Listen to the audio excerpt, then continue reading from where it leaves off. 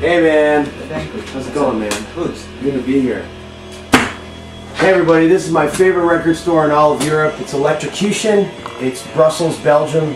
This is my man Michel, and he runs this place, and it's his place. And I come here every single time we play the AB in Brussels. So this is it's my favorite record store, and as you can see, it's small, but it's got a lot of stuff in it. Alright, so last year we brought you the top 10 of 2007, and we were at the back of the Horseshoe Club. This year we are in Electrocution in Brussels, Belgium, and we're on tour with Motorhead. And top 10, well, number 10 is actually two bands who tied for the 10th spot. And the reason why I included two bands in the 10th position is because I just got a hold of the records maybe a couple of weeks before I had to submit my top 10 list. So if I had gotten these records before, earlier on in the year, they would have placed higher. The first one being Night Marchers, See You in Magic. Night Marchers being John Reese from Rocket from the Crypt, his new band, with I think some of the dudes from Burning Brides and I can't remember what, but anyways, they put out a great record, and if I had gotten it maybe in May, it would have placed higher. And the other record that it's tied with is none other than Motorhead. Great. There's Lemmy right there. And we're on tour with Motorhead right now. We've been on tour with them for about a month, and today we're playing the AB with them. And their new album is called Motorizer. And if I had only gotten it once again in, you know, April or May or June, it would have placed way higher because it's a really, really good record. One of my favorite recent Motorhead records was Inferno from 2004. I thought that was like an incredible, incredible record that basically, I think it placed number 3 the year that it came out for me. It was my top 3 of 2004. And probably would have made my top 3 this year if I had only gotten it sooner. But it's a great album. It's called Motorizer.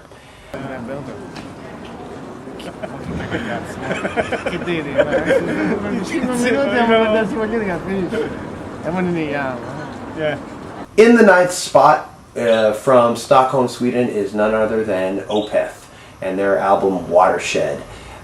Been looking forward to that ever since their last album. And yeah, what can I say? They're an incredible band.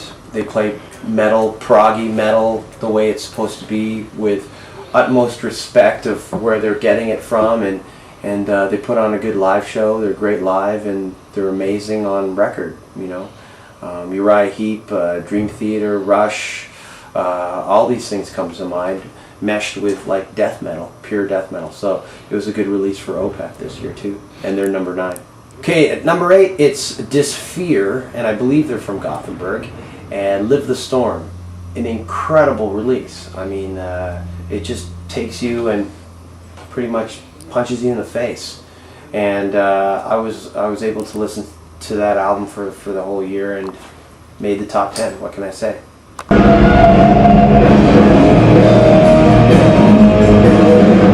Number 7.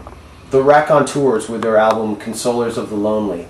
And they put out the record, and I listened to it and everything, but then I was able to see them live, and they did, I saw about half the record that they did live, and after that, you know, you have a tendency to see the band live, and then you go back to the record, and it becomes that much more for you, and sure enough, that's what happened to Consolers of the Lonely for me in the Raconteurs album. So it's at number 7 on my top 10.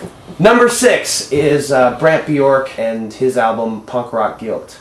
If Brant Bjork is putting out a record, chances are it'll make my top 10. And Brant puts out a record pretty much every year. So I'm sure that next year when his album comes out, whatever it's on, Brant Bjork or Brant Bjork and the Bros, or Brant Bjork and the Cooperators, or Brant Bjork and whoever, it'll be on my top 10. And Punk Rock Guilt,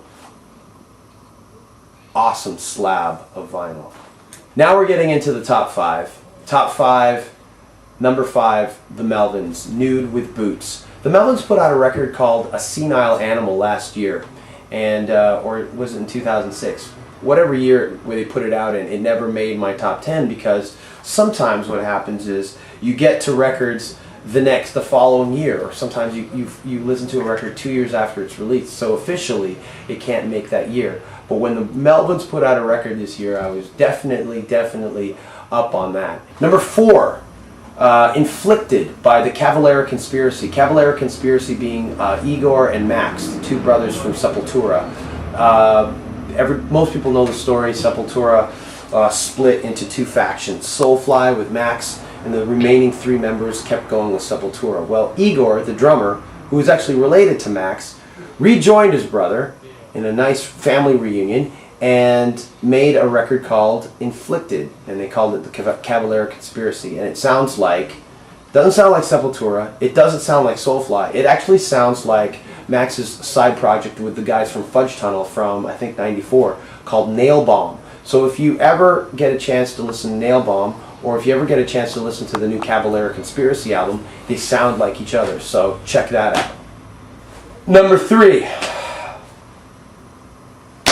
Death Angel, Killing Season. I'm a little biased when it comes to Death Angel, but thank God my bias shines through, because this album just kills.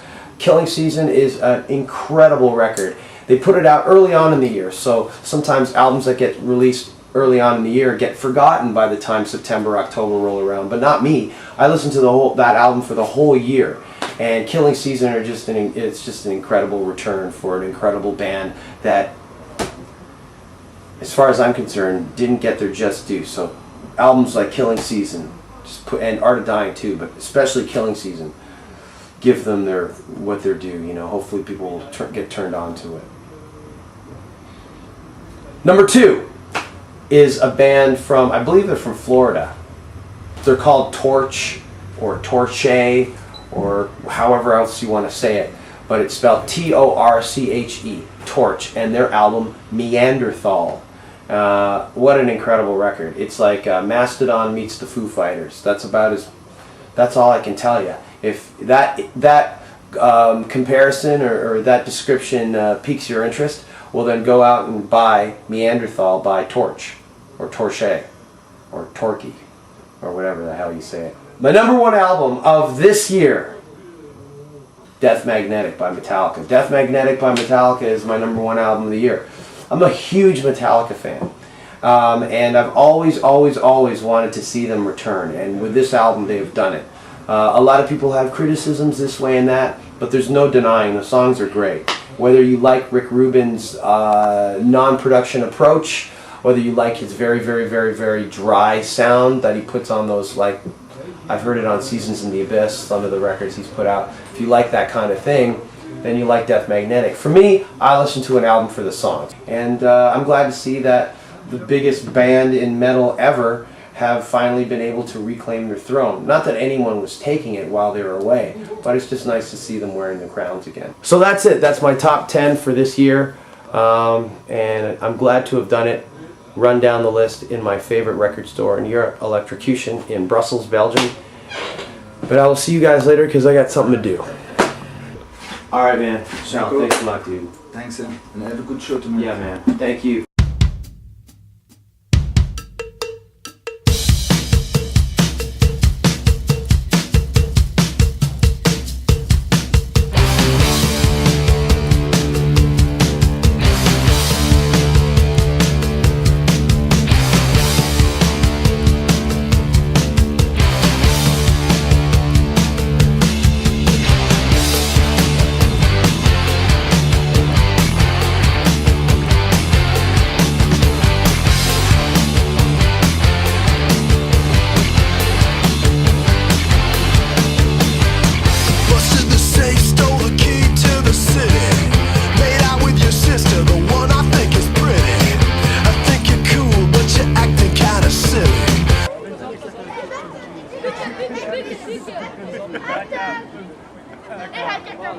Don't want your girl, man, she's too damn ugly. I went down south.